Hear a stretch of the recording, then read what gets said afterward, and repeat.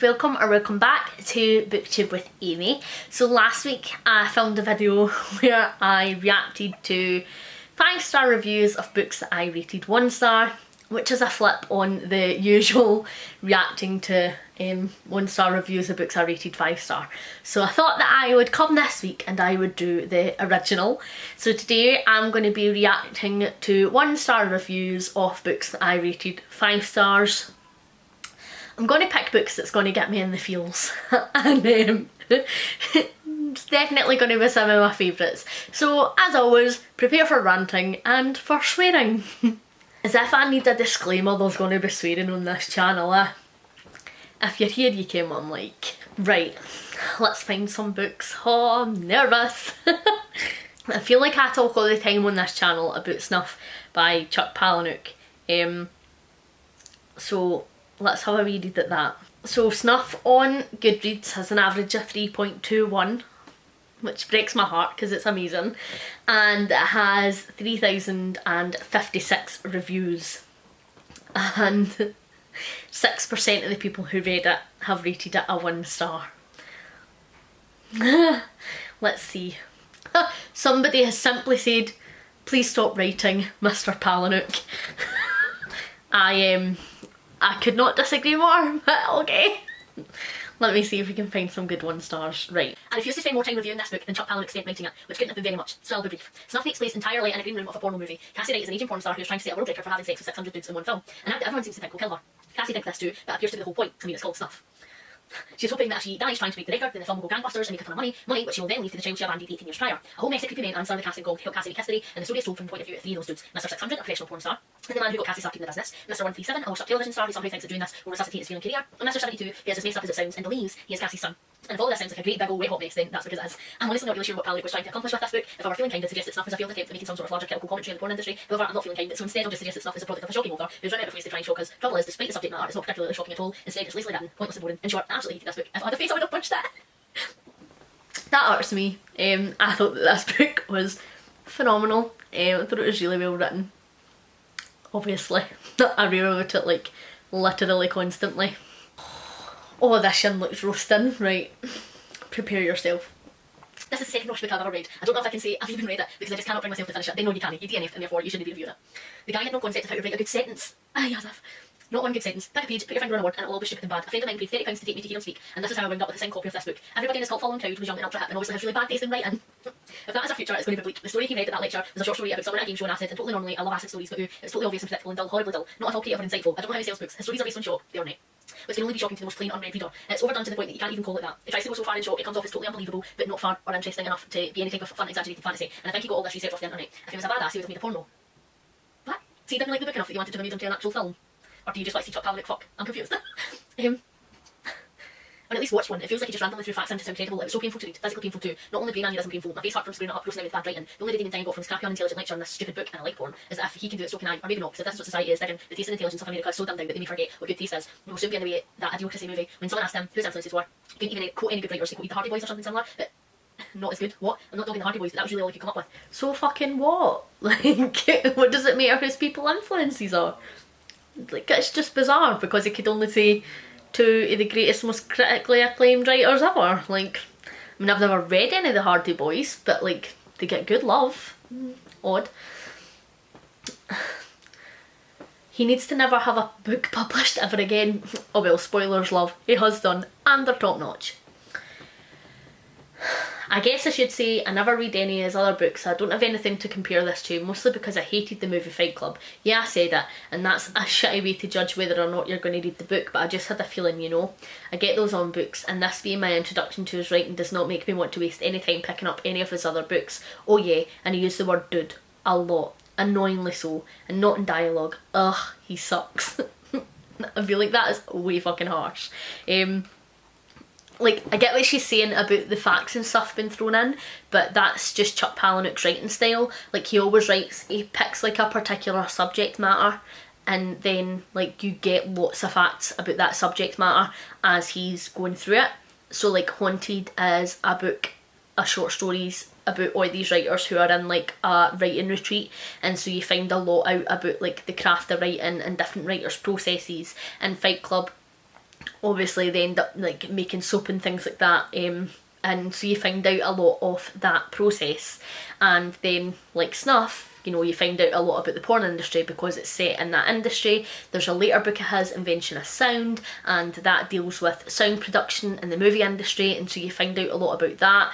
And I don't feel like that's ever to make it seem like he's more credible in what he's talking about. Otherwise he could do that better. It's just sort of his writing style. It's just sort of what he does is he has all of these different facts interspersed with his dialogue and his story, and while people might find that a bit jarring and it might not be necessarily their cup of tea, I think it's way harsh to say that it's to make him feel like he's more credible in what he's talking about. I'm sure he has watched porn, therefore I don't feel like he would need to throw in facts about specifically how porn is made for this book to feel credible, but okay. I don't really get the whole he should have just made a porno thing. Like, what? How is that in any way the same thing? Like, oh, I've sat down to write a book, but I'm just going to make porn. It happens. Okay. Oh my god, this is going to be a ride. Well, looking to check out a different book by the same name, Snuff by Terry Pratchett, and seeing it wasn't readily available, I noticed that this book had popped up in the list of books that actually was available, and thought, huh, I haven't read a book by Palick in a long time, and since I needed an audio, I decided to give this one a try. If you want to read a Terry Pratchett book, don't read a Chuck Palahniuk book. Very, very different vibe would be my advice.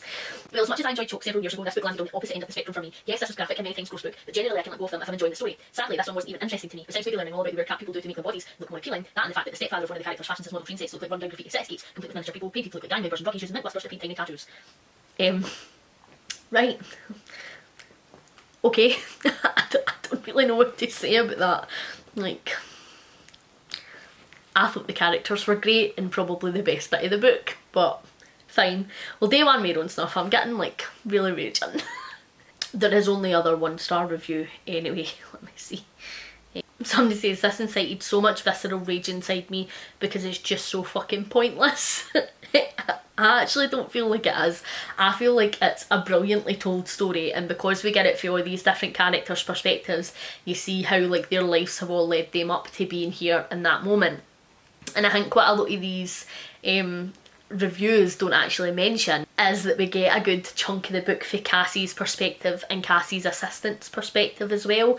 It's not just the guys. I feel like these reviews sort of make it feel a bit unhealthily balanced, like it's just these guys in this queue waiting to fuck this chick and they're like, oh yes lads, can't wait, like when it actually isn't. It's quite a complex character driven book, and one that I frankly fucking love. It is gross, absolutely, at points it's gross, and I think that there is a lot in it that would shock people, but it doesn't take away from the fact that it's a fucking phenomenal novel, and that to everybody who didn't like it, including Simon, because he hated it too.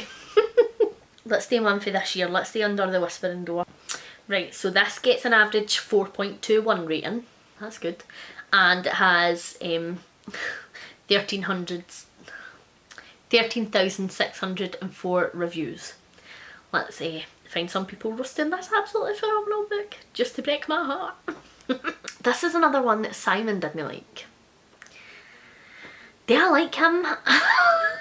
Are you serious? I have an intense love for TJ Klune and have enjoyed everything I've read by him up until this point, but this book just wasn't it. As much as I typically enjoy TJ's quirky writing, it just absolutely did not do it for me here. For a story that is attempting to be a meditation on death and dying, this is about as deep as a kiddie pool and as emotionally moving as my morning cornflakes. This book attempts to do a few things and I think it fails at each. 1. Moving journey of emotional growth for Wallace and the shitty white man MC, and it was a fail. 2. Found family, and it was a fail. Oh, that hurts me. 3. Have discussions on death, loss and dying that tug at your heartstrings, which it tries its best at throughout the narrative, but then spits in your face as either by the end. 4. Crafting a swoon-worthy romance between Wallace and Hugo, which is perhaps the biggest fail of all. There is also something said about the magical end dislocation POC tasked with emotionally rehabilitating a shitty man who essentially becomes Mr. Perfect overnight, and whom Hugo is inexplicitly enamoured with. But I don't want to be too political in this review. Overall, it did nothing for me and I wouldn't recommend it. I disagree. I think that its points on death and grief were brilliant actually, and very realistic to what it's like. When you lose somebody, I don't think that it spoke about, like, you know, your feelings immediately, but definitely over time, and I think that it was cool to see it for the other spectrum and it being about Wallace grieving for his life instead of others grieving for him. It was sort of feel like a big reminder to just like live every minute as if it's your last, and to put things off and to take chances. I just thought it was brilliant. I thought it was really well done. And the found family bit like really hurts in that review, because let me tell you, they were fucking great. There's a lot of 5 stars here, so I might get that scrolling. And I'm still scrolling. I tried and I just couldn't connect with this book. First, my DNF by TJ Klune, and I'm disappointed as I enjoy his books. Well, you didn't read it, you don't get an opinion. I don't review books that I DNF on Goodreads. I move it to a DNF shelf. I talk about them in my wrap-ups where I tell you I DNF'd them, and I'll give you a wee bit of my reasoning as to why. But I don't leave a review on Goodreads when I've DNF'd a book, because I just don't feel like it's necessary. The only times I have done that, if it's for reasons where I feel like the author has been racist, transphobic, homophobic, misogynistic, things like that, then I will tend to leave a review to say like, these comments turned me off, so that, you know, folk know that they're in there, basically. And I'm still scrolling. Right. Another, apparently people are loving just like numbering their reviews with things that are wrong in this book, because here's another one. So, here are my issues. 1, the romance between Wallace and Hugo didn't need to happen. It was unnecessary, came out of nowhere and added nothing to the story. Fucking get a grip, you. This would have been more powerful staying as a friendship / found family narrative. What, do you know, consider your partner your family? No. What type of fucked up family dynamic are you in? 2, I think I have bruises from how hard the themes were beaten over my head, yet despite this the message never truly felt deep. It's more reminiscent of a cliched Hallmark card than anything actually meaningful. No mate, no, absolutely no. 3, the overall pacing was inconsistent and the story became repetitive. I felt like the same points were being made over and over again in an incredibly mind-numbing way. 4, the ending completely undid the main message of this book. The whole time we're talking about how a river only ever moves forward and we need to embrace the inevitability of death openly, yet side eye. This was the medium alright the entire way through, but then the ending destroyed everything it had going for it. Not sure I'll continue reading from TJ Klune, that's fucking wild. I mean, we all fucking love a happy ending, eh? Like, you can take a message away from a book and still have it be a happy ending. Like, let's be honest, it was a book about magical realism. Realistically, none of us are coming back to life, are we? So we can still take the message away and apply it to our lives and take a lesson away from the book. But it doesn't mean I'm going to pop back to life if I die tomorrow. Like, get a fucking grip, you. Oh, why have I decided to do this? Oh my god, right. So, I'm not going to read you this in, but let me just tell you that this person starts by saying full review on my blog, right? So this isn't her full review, right? And look how much this person has written, and that's not their full review. I'm not reading it. I am not reading it. So many people have DNF'd this. What? I'm not getting into any reviews that have said that they've DNF'd it at this stage, because like, you've not finished the book. The book, therefore, your opinion is invalid to me, and I'm refusing to acknowledge it. This didn't work for me at all. All the characters were annoying. At first I seriously hated them. Later I just didn't care. The main one switched personalities abruptly right at the beginning of the book. I mean, it's solely for the point of the fucking book. The book oscillated between slapstick comedy and serious conversations about grief and death. And serious conversations, I mean lots and lots of empty phrases like nowhere. The world building didn't make any sense, and there were plot holes everywhere. The author admitted he likes to break the rules, and he himself establishes thanks but no thanks. And I hated the ending. Wow. Like, I feel like, as humans, we need humour in order to deal with death. Like, certainly in my family, like, see when anybody dies, like, we always talk about like good memories and funny times, and like that's just how we choose to keep that person alive. And so I think like having the humour in this book along with the grief like makes sense, or at least it did for me, because that's what my personal experience of grief has been like. And like the whole point of the book is that it's never too late to change. So like if you're going to moan about a character changing, like come on, like it's sort of what the book's about, and I'm sure anybody reading the blurb could tell that. Ball bags, load of them. Right, let's find another one. I'm bored of this now. What other books have I rated 5 stars recently? Let's see. What was my last 5 star? Oh, should we do Young Mungo? Let's do Young Mungo. So Young Mungo gets an average rating of 4.48 on Goodreads, and it has 902 reviews. So let me see. Oh well, 0% of people have rated this 1 star. So That's good. 1% of people have rated it 2 stars, so maybe need to look for the 2-star reviews for this one instead of the 1 star. I mean, that makes me happy. Oh my god. The first person who's written a 2-star review for this fucking book is my husband. Is this going to end in divorce, this video? Right, well, let's go for it. So, appropriately, this book references Slovies, a dish comprised entirely of leftovers. This follows Stuart's award-winning debut, Shuggy Bean, and rehashes virtually identical characters and themes with none of the heart. The sheer volume of utterly miserable situations makes this very difficult to read. Unlike Shuggy, which provides context for Agnes's character journey, young Mungo just fires out a cacophony of catastrophes that make us nothing more than misery born of the most depraved order. Props to Stuart for a writing style I genuinely appreciate, but the 2D characters and relentless onslaught of abuse by every character of age to abuse a minor just push me away. DNF. DNF. DNF stands for divorced now, fucker. I'm joking, I love him really. I obviously wholeheartedly disagree. I thought it was an absolutely phenomenal book, it was great, so didn't listen to Simon, he's shite. Let's see what else we can find. Oh my god, is he going to be the 1%? Like, is it only him that's rated this a 2-star? Imagine. Oh, I found somebody who's rated it a 1-star. I didn't think there were any 1-star reviews. Right, so this person says, in a nutshell, depending on what you like as a reader, you're either going to love this book or hate it. Very few will fall in the in-between range. Unfortunately for me, I hated it and the audiobook made matters worse.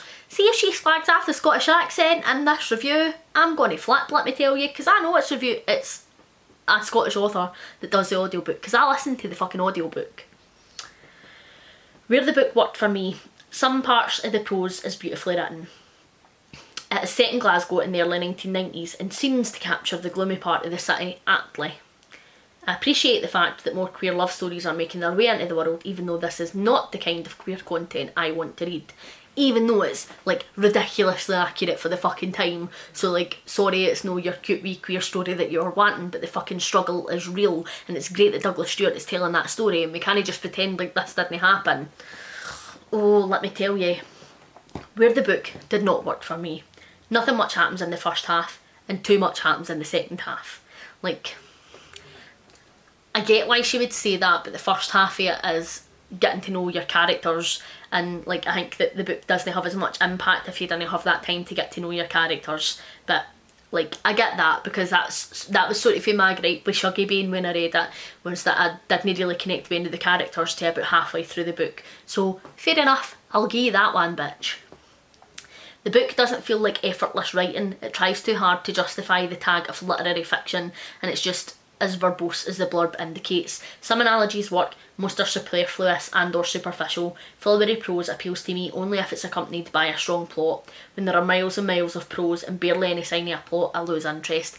I hate flowery writing, like I can't abide it. Like Addie LaRue was too flowery for me, and no enough plot.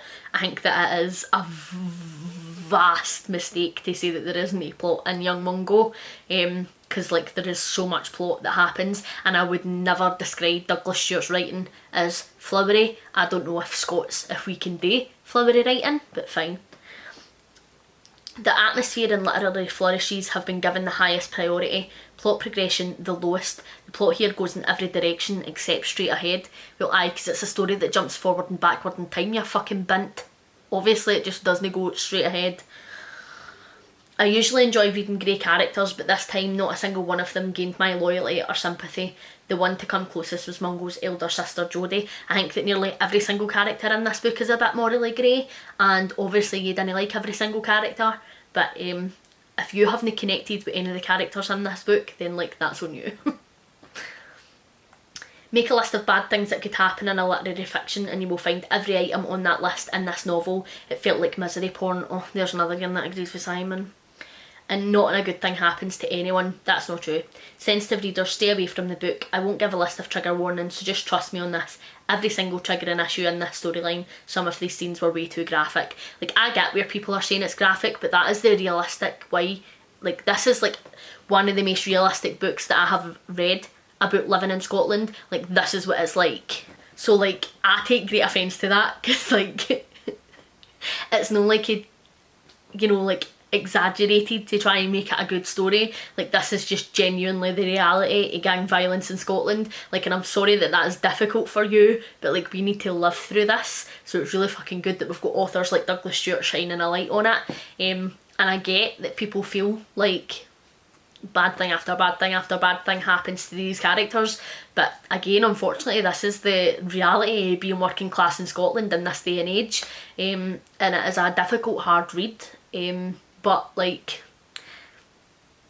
it's factually accurate. It's similar to my experiences, and I didn't even have it as hard as the characters in this book did, but I know people who have, and it's very realistic. So to that end, I can understand Mungo snapping under the incidents that happened in the current timeline, but seriously, snapping that way, it felt so abrupt and out of character. He was just 15, for God's sake. What the heck was the intent behind that decision? Actually, I fail to understand the intent behind this entire plot. Like, I don't think that people understand how growing up in an area like this, where it is so violence filled, like, makes your reaction that violent. And like, when you snap, you fucking snap. And like, it makes you mature so quickly. So like, well, I get, like, people are saying, oh well, the characters in this book are so young, like that would never happen, that's unrealistic. Like, that isn't unrealistic for living here. Like, it really isn't. Like, and the lifespan here is still quite low, because we're forever fucking killing each other for stupid as fuck reasons, that like, you need to live your life young, otherwise you're no going to get a chance. No, I'm really angry at this review. Like, I am refusing to accept this. And then here we go to the audiobook experience. The audiobook clocks in at 13 hours 40 minutes and is narrated by Chris Riley. I really can't comment much on his narration because the content itself was such that I kept zoning out. He read well, but he had a strong Scottish accent, which was initially tough to get attuned to. This meant that I couldn't even increase the speed of the audio for a major chunk of the book. Tough shit, bitch, it's a Scottish book. Furthermore, the audio doesn't distinguish between the two timelines. Each new section begins with just the chapter number. It's exactly the same in the book, so no, the audiobook's fault. It's tedious to keep to the story straight away when you need to keep waiting for a clue about the track playing in your ears, and in fact that I couldn't even concentrate. I found myself totally lost multiple times over. I do not recommend the audio version. 100% do, especially if you aren't Scottish reading this book, because you'll get the proper pronunciations and like Maria grasp at your language and dialect. I couldn't recommend the audiobook enough, and like, if you can't listen to a Scottish person on double speed because we talk fast anyway, so's about it, but like, to mark an audiobook down because you couldn't speed it up is absolutely fucking ridiculous. I hate this person. Absolutely hate this person. I might have liked this a tad better if I had read it, but as an audiobook it was a dud. The only reason I grabbed it was because I heard so much about Shuggy Bane. I can't even make a comparison between the two because I haven't read Shuggy Bane, and now I'm certain that I never will. Ah well, fuck you Hen, 'cause it's a class book. I can see how some readers will go gaga over this book. Those who believe literary fiction serve its purpose best if it delves into the dreary side of human existence might love this story, but it simply wasn't my cup of tea.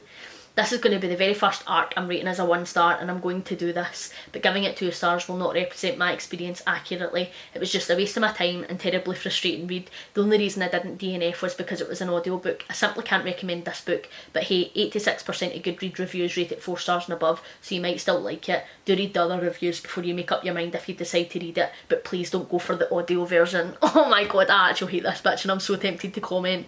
Like, that's absolutely ridiculous to say that you didn't like an audiobook because you don't like somebody's accent that much that you can't speed it up. I just think it's absolutely fucking ridiculous, and this has clearly played a huge part in her rating of the book. Like, I get if you don't like the content of a book, but to rate it so low because you don't like the person's accent in an audiobook is just fucking astounding to me. And can I just tell you that if this was any other accent other than Scottish, this person would be branded a racist, but because it's Scottish, nobody's called her out. Fucking annoys me. Right. That's enough for the day. I have thoroughly wound myself up to the point of being raging. Hopefully you have enjoyed this video, ranty as it was, and hopefully you're enjoying everything that you are reading at the moment. Please like and subscribe if you haven't already, and I will catch you in the next one. Bye! Sorry to pop back in like this, but I was just reading some of the comments on this to see if anybody commented on the fact like she was just blatantly a dickhead to Scottish people, and somebody else was saying like they were looking forward to reading it but now they aren't sure because she doesn't like a lot of the things that she mentions in her review, and she says if you go for the ebook / physical book you might still like it better. I have a strong feeling that about 75% of my disappointment is because of the audiobook. I do hope it works better for you. That's my response.